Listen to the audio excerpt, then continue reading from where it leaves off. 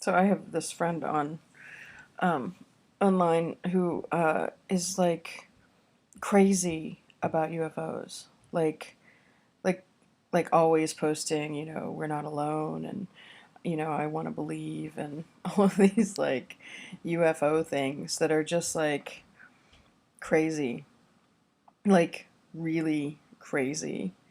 And I've tried actually engaging with her, and she's just become too crazy to actually have a conversation with, even online, which, like 1,200-pound gorillas can have conversations with people online.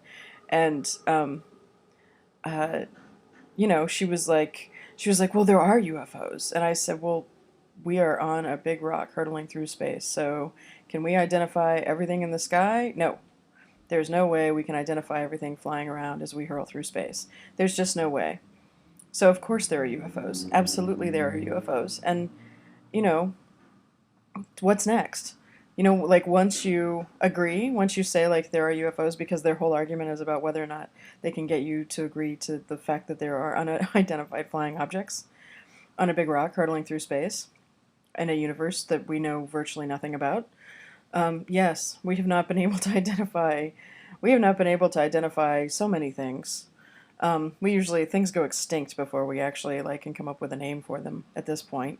Like, yeah, we can't identify it. So if in the future, you're at like a Thanksgiving or some kind of gathering where there's the crazy person who's like psychotic about UFOs, just agree with them.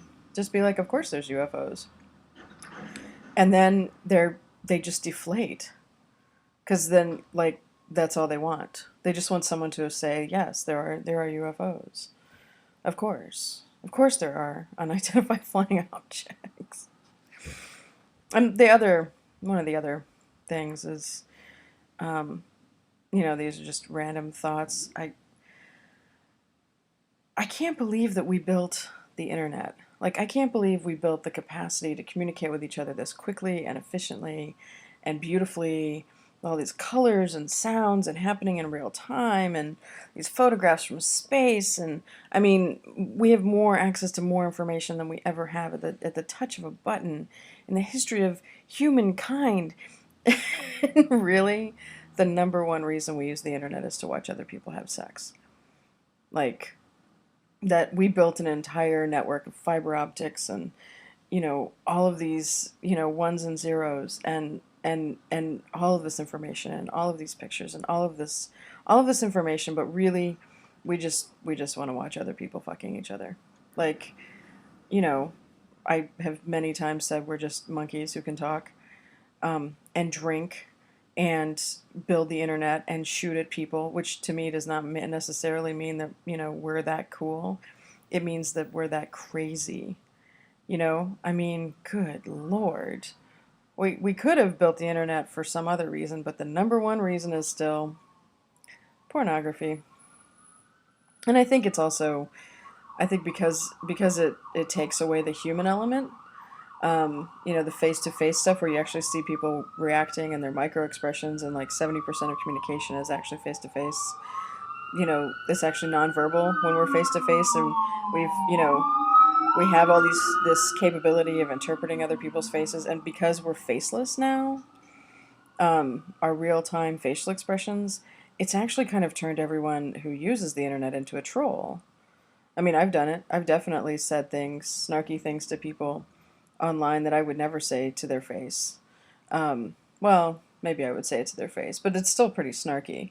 And they would not have a positive facial expression. They would probably snarl at me back.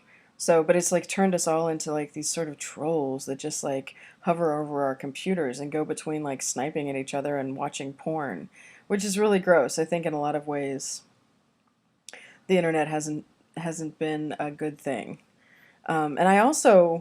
And I said this when it started getting big, when I moved here in '99. I was like, I don't know if the internet's such a great idea, because everyone's like, well, now we can discover the truth, because now there'll be all this source material. But what's actually happened is, instead of everyone watching three news channels and, that not being the truth, now there's too much information. You actually can't vet it. I was looking something up the other day, and there were so many conflicting stories about what was going on that I couldn't actually find out what the truth was. And that was kind of freaky to me. Like, I was like, is this true?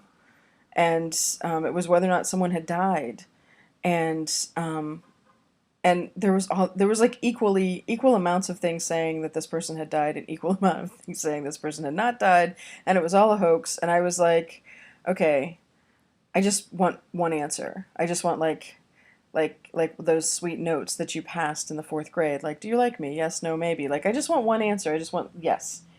It is true. This person is still alive. Which really, and I said that actually when it was all happening. I was like, I don't know if we need so much information. Like, how are we going to pick through it? It'll be like going to like intellectual goodwill, and we'll just have to sit there for hours sorting through to find the right T-shirt. Like, you need some kind of organization. You need some kind of vetting. You can't just throw something up on the internet, but you can. Actually, you can actually just throw something up on the internet. That's the thing about it that's so wonderful and awful at the same time.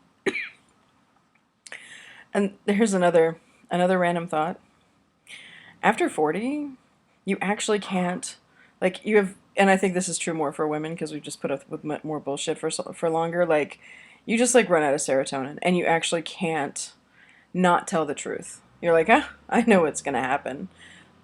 And you have to say things out loud that when you were younger you were able to kind of put a cap on, and because you knew that it wasn't socially graceful to say these things, and now you can't stop yourself. You can actually like see the words coming out of your mouth and you're like, this is not a good idea, but you can't stop yourself, and you can't hear the truth at the same time.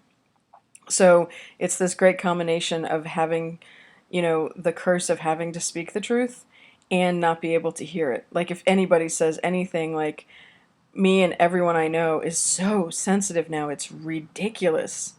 You can't say anything. You can't say anything remotely that might be interpreted as snarky or negative or mean or whatever. And it doesn't matter.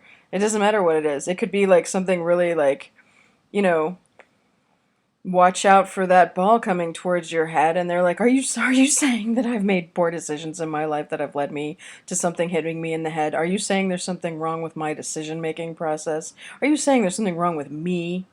And you're just like, no, there's just this thing is coming towards your head, and I think you should, think fast, duck, you know and it's it's really it's really really bad.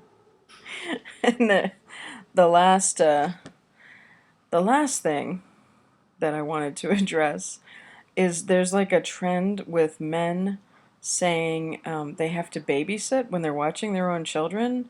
And I just want to tell you that this is a very bad choice of words. Babysitting actually is when you watch other people's kids.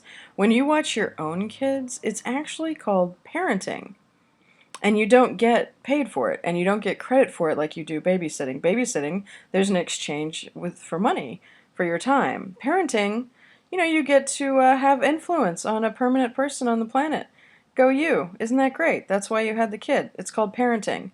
So when you say babysitting, it makes you sound like the biggest asshole loser ever when you say babysitting about your own kids.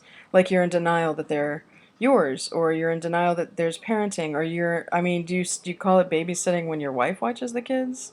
Or the mother of your children if you're not married? For those of you who aren't married, who've made a commitment to have a child with someone but, just can't seem to tie the knot. Yeah, babysitting, don't say babysitting, because that might be the last kid you have with that particular person. Just because, it's a sign. It's a sign. When men say babysitting about their own children, everybody else knows, like, it's a big red flag. And don't say it. Seriously.